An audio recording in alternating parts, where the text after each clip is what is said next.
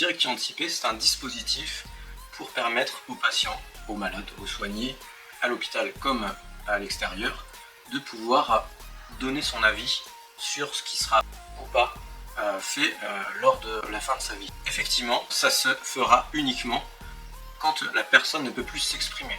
Tant que la personne peut s'exprimer, c'est toujours la parole du patient qui prime. Est-ce qu'on veut poursuivre tel ou tel traitement? Est-ce qu'on refuse tel ou tel traitement?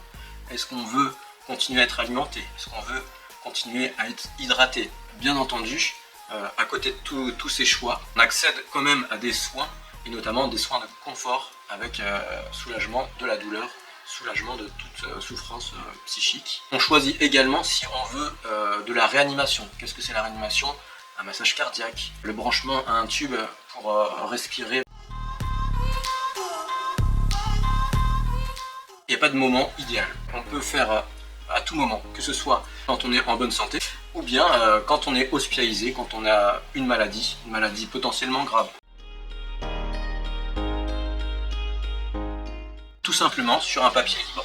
Sur un papier libre où on marque son nom, son prénom, sa date de naissance, son lieu de naissance. Il y a des modèles pour ça, des modèles sur les sites du gouvernement, santegouv.fr, sur le site de l'HAS. Également, il y a un modèle dans votre hôpital, sur le centre hospitalier du Haut-Anjou.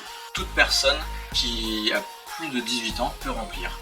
Pour les personnes mineures, elles peuvent remplir également, mais il faut que ça soit validé par l'autorité parentale.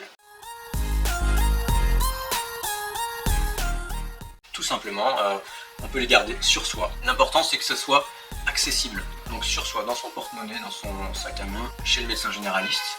Sur le dossier médical, pareil, dans le dossier à l'hôpital. Plus on met de choses sur cette directive anticipée, plus le médecin qui pourra choisir selon la volonté du patient. Les personnes qui sont sous tutelle peuvent avoir recours à écrire des directives anticipées. Bien entendu, il faut qu'elles soient validées par le tuteur et s'il y a le conseil de famille. Autre cas particulier, si la personne peut encore s'exprimer mais qu'elle ne peut pas écrire.